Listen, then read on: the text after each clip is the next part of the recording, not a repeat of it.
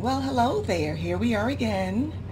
Another episode of Living Holy with yours truly, Vanetta. And we are coming to you from Psalms 12, verses 1 through 4. But as always, we begin with 1 Peter 1, 15 through 16. But as he which hath called you is holy, so be ye holy in all manner of conversation. Because it is written, be ye holy, for I am holy. So this is your channel, Living Holy. We're living holy. We're living holy. We're living holy, holy, holy. We're living holy. We're living holy. We're living holy, holy, holy. Oh yeah. So Psalms 12, 1 through 4 reads, help, Lord, for the godly man ceases. For the faithful fail from among the children of men. They speak vanity, every one with his neighbor, with flattering lips, and with a double heart do they speak. The Lord shall cut off all flattering lips, and the tongue that speaketh proud things, who have said, with our tongue we will prevail. Our lips are our own. Who is Lord over us? So I'm going to break it down to 3 different things I want to focus on. I want to focus on flattery, that double heart, and lips. That lips and tongue that people say they can prevail with. Okay, so as I have my little kitty right here today, so I'm going to do a little work on my kitty cat while I am discussing verses 2 through 4. Just making sure this thing is on. Okay, so flattery. Let's look at flattery. Flattery, when you look in the dictionary, it means excessive and insincere praise to further one's own interest. Now, I could see why the Lord would not like that, and he would be against that. Okay, you want people who use flattery. That is so insincere. I would rather somebody just be sincere with me. Tell me what's on their heart, what's in their mind. But some people use flattery to get over, or to get what they want out of people. It is not sincere at all. But some people thrive on flattery. Some people, they like it. It's not sincere. And the people who would like flattery actually are those who are very insecure with themselves.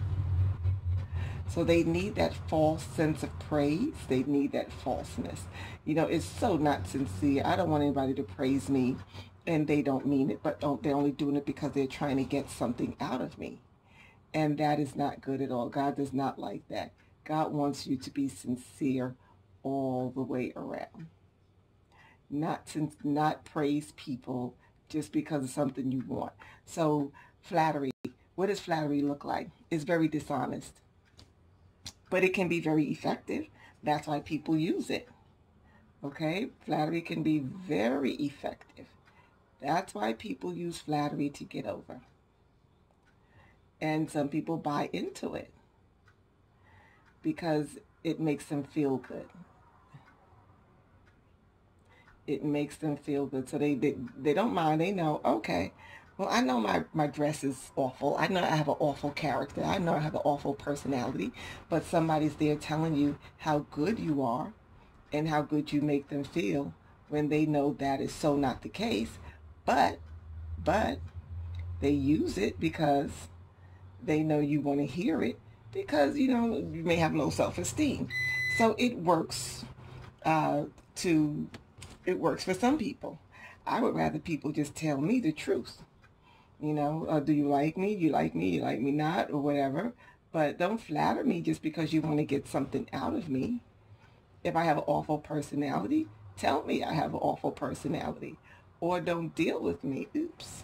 Because then that way, I don't know for sure if I'm, setting myself up properly to be in the kingdom. So I'd rather not people tell me lies and falsehood just to get what they want out of me. That is not a good thing. That's not good. But some people, they don't mind.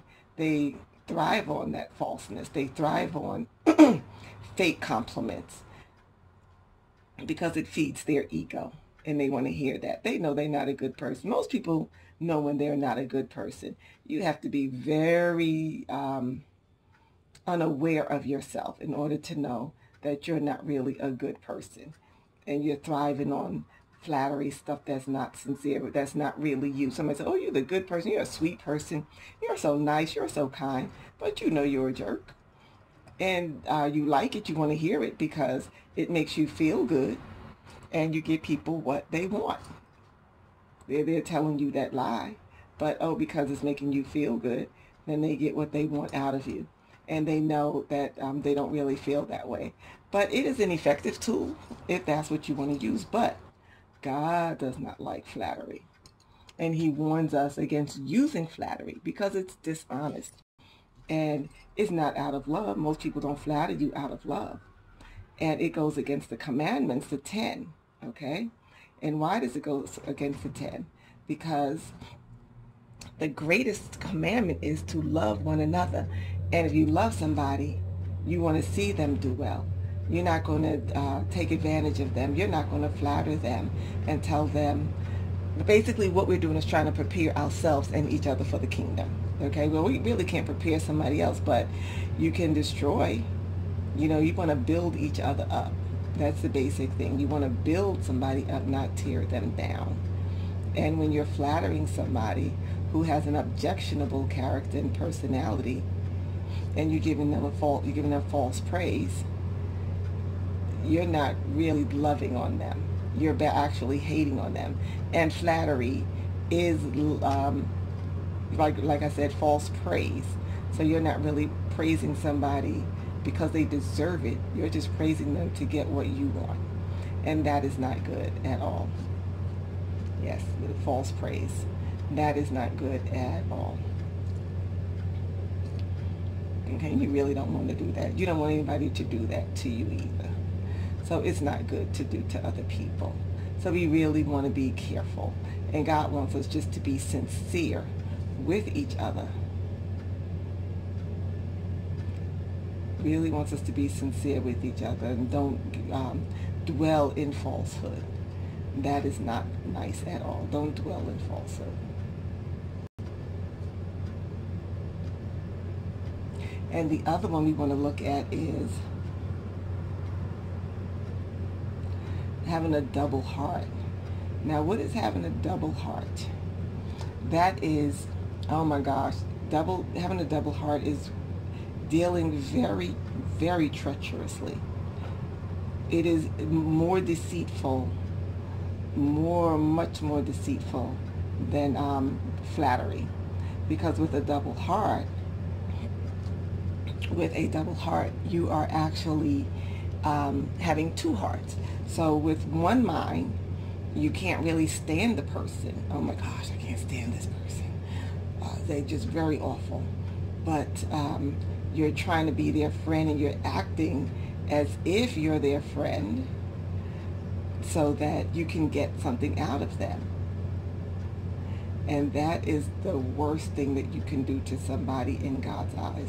You are having a double heart. You have an inclination to do wrong. You have an inclination against somebody. You really want to hurt them. And you're treating them nicely, basically to lure them into your web, to be able to hurt them. That is not good. That is so not good. Not good at all. And that is so not done out of love.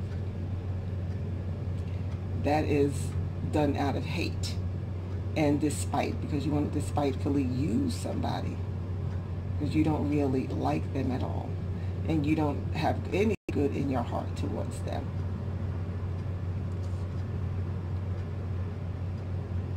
No good whatsoever. So you want to make sure of that is not in your repertoire. That is not something that you do. You don't want to think unkind thoughts and cruel thoughts and mean and evil thoughts against people, things, organizations. And then on the flip side, you're acting like you're kind You're acting like you're upright. You're acting like everything is all right and honky-dory. So you're acting one way when deep down you know that is not your true feelings. And you know you really, hurt is in your mind. Hurt is your posture. Well, I really want to hurt this person. I just really don't like them. That is your truth. You truly in what's in your heart. That you just really don't like somebody or something, and you'd rather see their hurt. But you're acting as if everything is okay. So, that is not a godly way to be at all. And you just really want to guard ourselves against that, against having two natures towards people.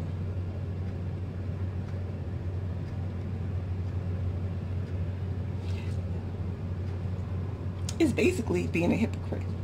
And God doesn't like hypocrisy. He doesn't like you're being a hypocrite, having two minds, as being double-minded. What in James it says, when you're a double-minded person, don't think they would get anything from the Lord. Okay? So you want to really be careful about being double-minded in your dealings with people. Even in your dealings with yourself. Some people are even double-minded when it comes to their own things. They just don't know what they like. They don't know what they want. So they just have two minds. They're just not sure of themselves. So you deceive yourself. And everything starts with what's going on inside of you. Some people are very deceitful towards themselves. They want to think they're a good person, but they're not really a good person. So they're deceiving themselves to think that they're a good person and they have good intentions and they have a good heart.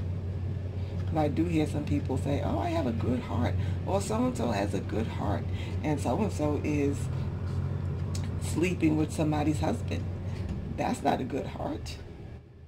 That's not good intention. So you really just want to be careful how you think and being double-minded and having a double heart. Saying one thing and doing something else. Thinking one way. Because only God can read the heart. So he knows whether or not you're double-minded. So you're thinking one way in your heart. And then you're doing something else. So you're telling somebody, oh, I really like you. Oh, we can be good friends. And you're thinking, oh my gosh, I can't stand that person. I don't ever want to, if I don't see them again, it would be too soon. But then you're saying one thing, something else. So that is what having a double heart is. You just have two hearts. Some people it's intentional. Some people it's not intentional. Maybe they have the Sybil syndrome, two personalities. So we really just have to be careful with how we present ourselves.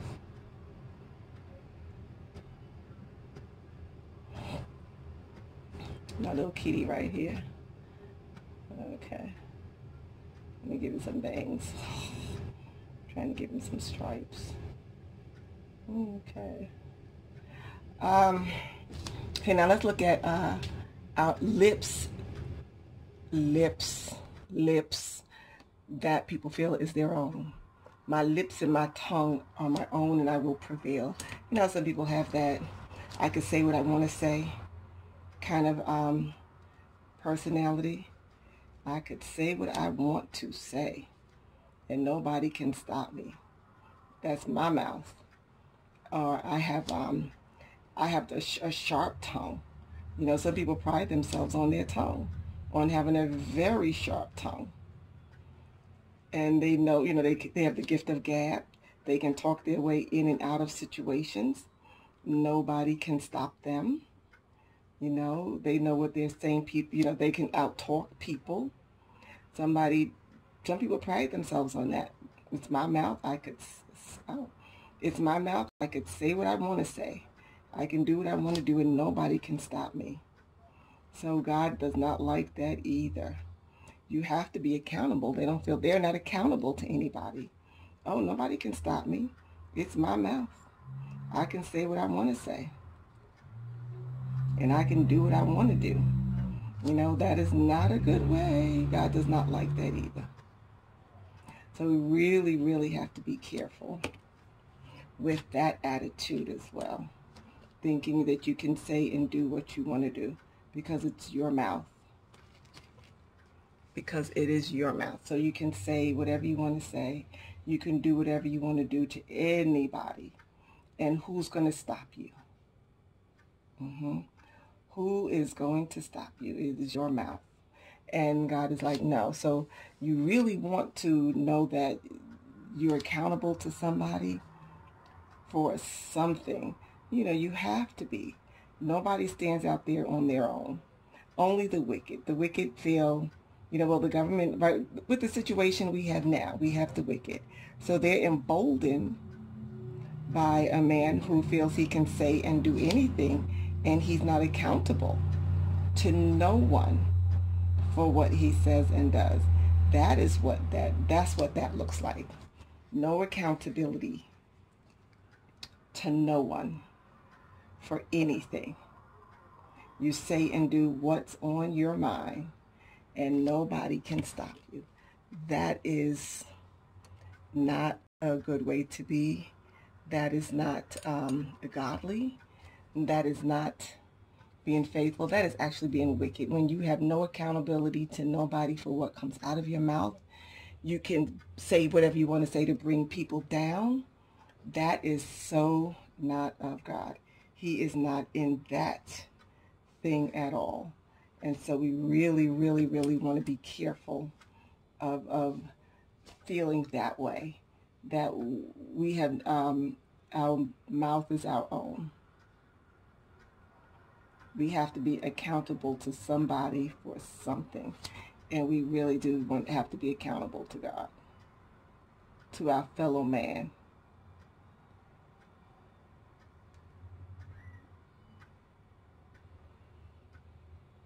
And it's a good thing. You don't want to ever feel that you are so good, you've got it all together,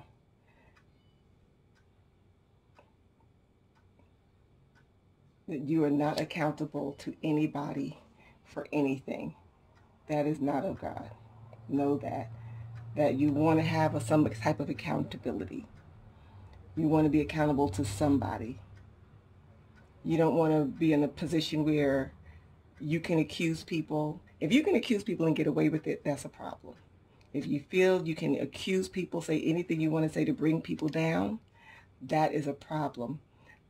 You can lie in 2 languages. Say that you can lie in your second language just as well as you can lie in your first language, and that is a problem.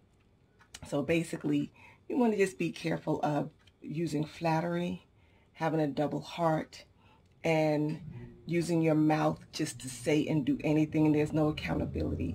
And Psalms 12, 1-4 is comparing that with being godly. It starts off with, help, Lord, for the godly man is ceased. He's not, you can't find a godly man. And a faithful man is failing from among the children of men. You know, people are out there using flattery. They have a double heart. They're saying what they want to say. People are just all over the place. Nobody is faithful anymore. Nobody speaks the truth to his neighbor. You know, nobody is godly. Nobody is loving anybody. And if they say they love, are they loving me for real? You know, what are they doing? Is that love for real? Can I trust it? There's no trust, no faithfulness. So if somebody gives you a compliment, you're like, is that for real? Do I really look good? Okay, they said the sky is blue. Is the sky really blue? So, you know, we really, really want to look at that and just make sure we are on the up and up with what we do. We don't want to be fake. And even be in trying to be real, you have to be careful with trying to be real, because you don't want to hurt anybody's feelings. And you're being real, where's that coming from? Be real with yourself, not always trying to be real with others, just be real with yourself. Okay? So, I'm going to work on my baby a little bit more a little later. But that's it for today. And I want to leave you with Hebrews 12:14. Follow peace with all men and holiness, without which no man will see the Lord. So flattery, double-heartedness, lips that, and a tongue that says whatever it wants to say, just know that those don't bring peace, and it's not gonna, it's not in holiness, okay, or godliness. So I love you all. Peace.